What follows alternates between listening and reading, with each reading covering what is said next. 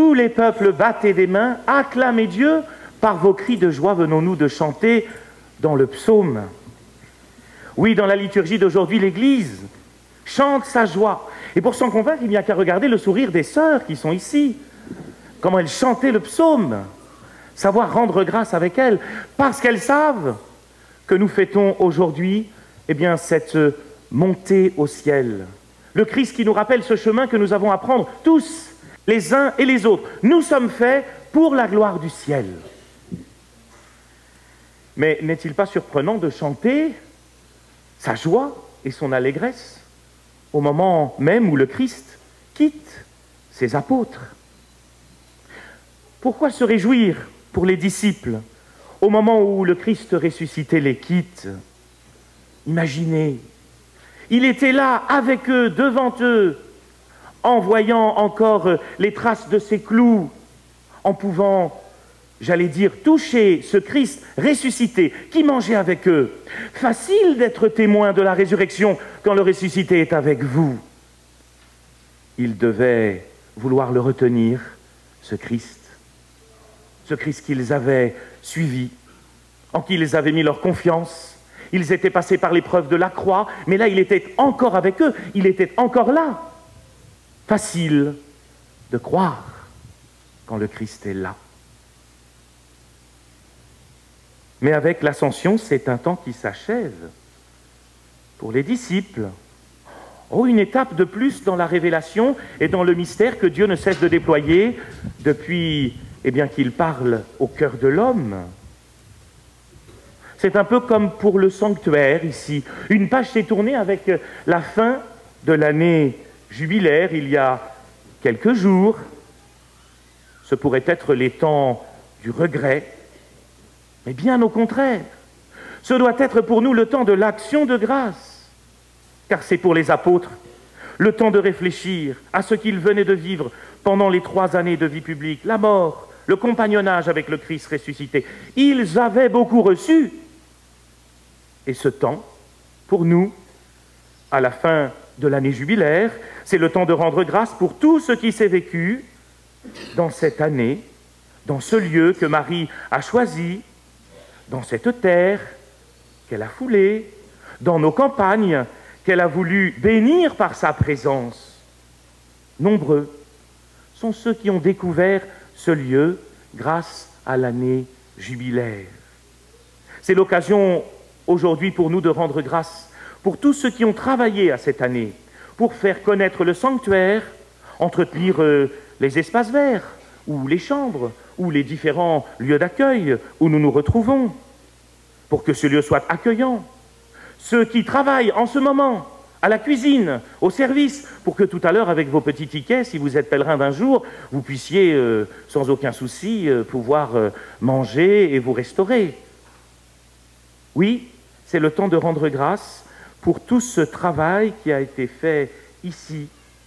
Oh, ceux qui mettent en place les chaises, qui distribuent les feuilles de champ, ou les agriculteurs qui travaillent ici chaque jour pour que, vous savez, il y ait 1 ou 2 troupeaux qui mettent un peu l'ambiance ici dans le hameau, là, et qui décorent nos routes de plein de petites surprises. Ou qu'il reste quelques mouches dans le sanctuaire pour nous rappeler que Marie a voulu choisir cette terre agricole, rurale, et ces gens qui travaillent, cette terre qui nous est confiée. On a célébré les rogations durant 3 jours, on a rendu grâce pour cette création, on a demandé au ciel les grâces nécessaires pour que le Seigneur nous donne de pouvoir bénéficier encore plus de ses largesses. Oui, rendons grâce pour ceux qui ont confessé avec abondance pour que la grâce de Dieu se déploie dans les cœurs en cette année jubilaire. Oui, il nous faut rendre grâce en ce jour de l'Ascension.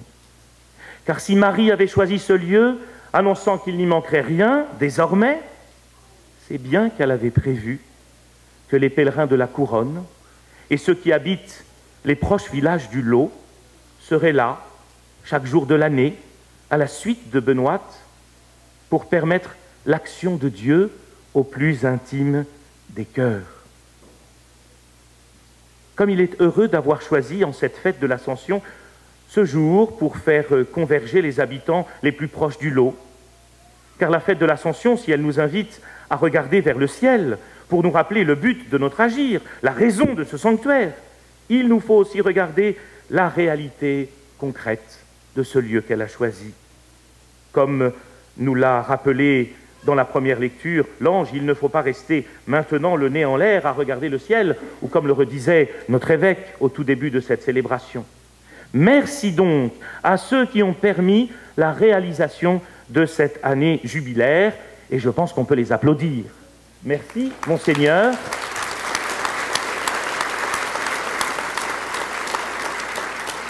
Merci à tous ceux qui ont permis que le ciel déploie ses grâces dans les cœurs. Oui, c'est à partir de l'Ascension que les disciples vont pouvoir relire ce qu'ils ont vécu avec leur Maître, prendre conscience des grâces reçues.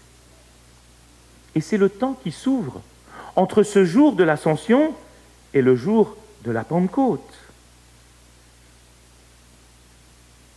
Oui, dans notre vie spirituelle, nous avons aussi besoin de prendre du temps, parfois pour tourner une page, pour faire un nouveau choix, poser un nouveau choix, prendre un nouveau départ.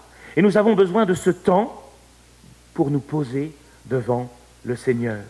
Comme le Christ le permet à ses apôtres en leur annonçant l'Esprit Saint sans leur donner immédiatement. C'est aussi l'occasion de nous souvenir et de rendre grâce pour tous ceux qui ont permis de faire de ce sanctuaire ce qu'il est aujourd'hui. Oh, des premiers pèlerins qui apportaient les premières pierres de la basilique, ou aux derniers dont le visage nous est encore gravé ou présent dans nos cœurs, ceux qui reposent dans le petit cimetière juste à côté d'ici, ceux qui ont rénové l'hôtellerie, ceux qui nous ont accueillis peut-être jeunes pèlerins quand nous n'étions encore qu'enfants pour venir découvrir ce lieu. Oui, aujourd'hui, en cette fête de l'Ascension, nous allons rendre grâce pour ce cheminement que nous avons parcouru, pour ce que le Christ nous a donné de vivre par l'Église. Parce que c'est ce qui est en train de se passer pour les disciples à ce moment-là. Nous sommes en quelque sorte dans les derniers moments de la gestation de l'Église. La Pentecôte n'est pas encore là. Ils sont encore dans ce temps d'attente.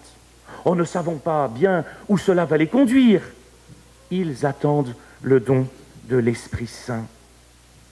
Ce temps de l'attente, oui, nous en avons besoin aussi pour nous, parfois, dans notre vie spirituelle. Et j'espère que tous, vous prenez du temps, et les pèlerins qui sont là aujourd'hui, pour s'arrêter, et donc ceux qui travaillent aussi ici, pour aller dans un lieu de grâce comme ici, pour prendre le recul nécessaire pour nous mettre, nous aussi, à l'écoute du Seigneur.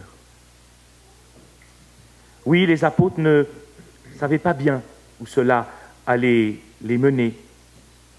Ils étaient dans l'incertitude, dans les doutes peut-être.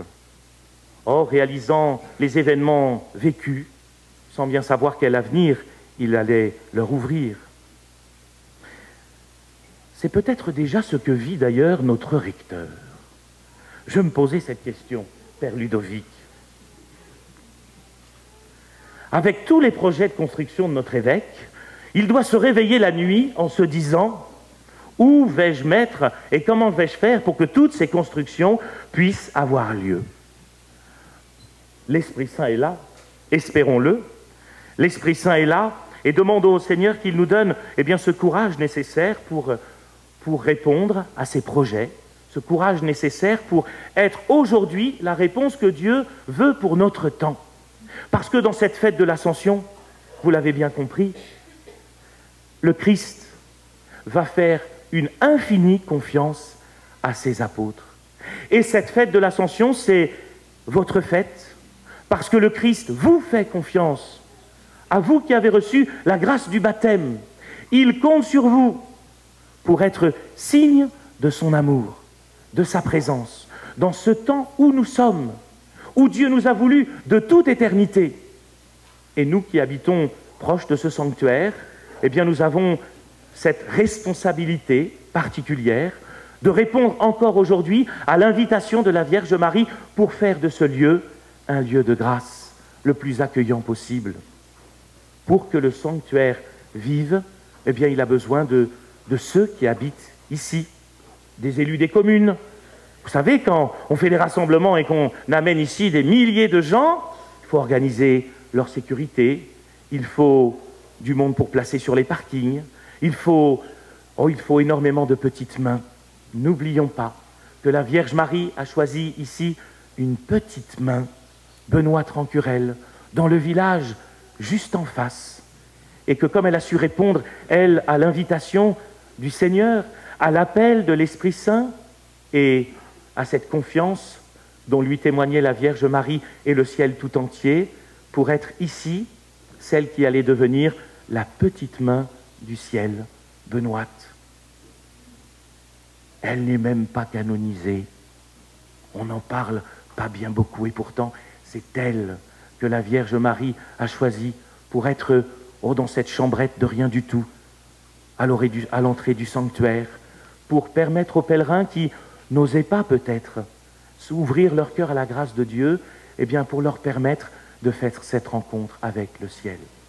Alors nous qui habitons proche de ce sanctuaire, eh bien répondons à l'appel du Seigneur et vivons aussi ce temps entre l'Ascension et la Pentecôte pour peut-être remettre nos vies sur le regard de Dieu. Et ça c'est valable pour nous, mais pour tous les pèlerins.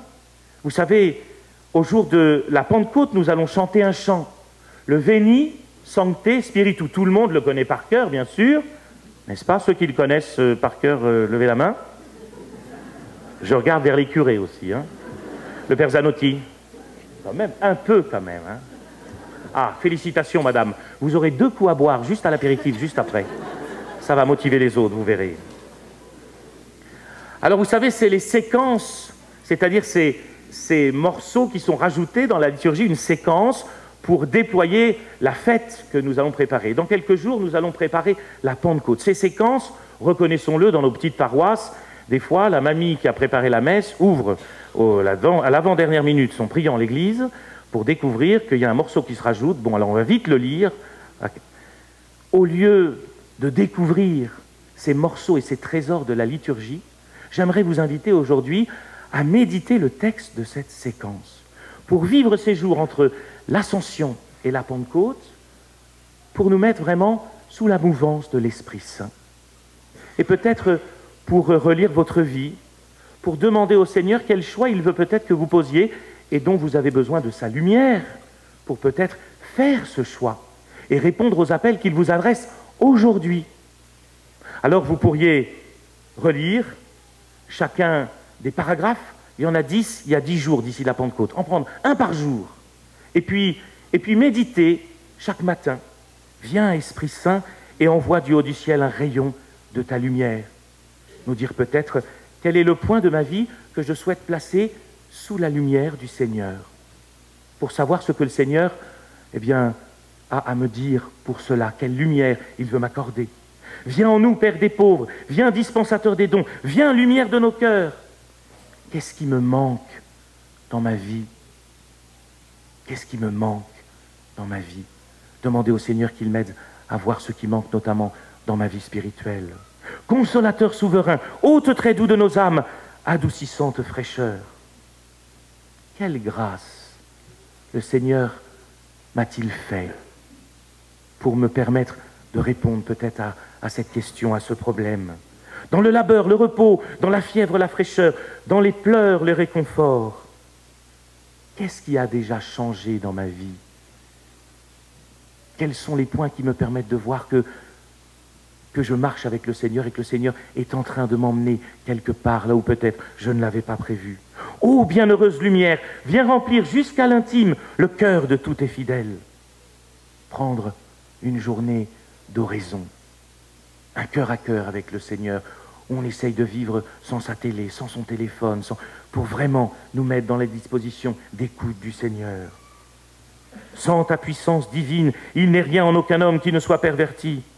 Regardez ce qui est perverti. Peut-être vivre encore ce sacrement de réconciliation. Et ainsi de suite. Je ne vais pas continuer jusqu'au bout parce que j'ai pris le texte, moi, ce matin. Hein. Mais je vous invite à le chercher, ce texte. Et pour les paroissiens de Gap, il va nous falloir le travailler pour le chanter dans la cathédrale et dans nos petits villages, pour que résonne la mélodie grégorienne du Veni Creator Spiritu.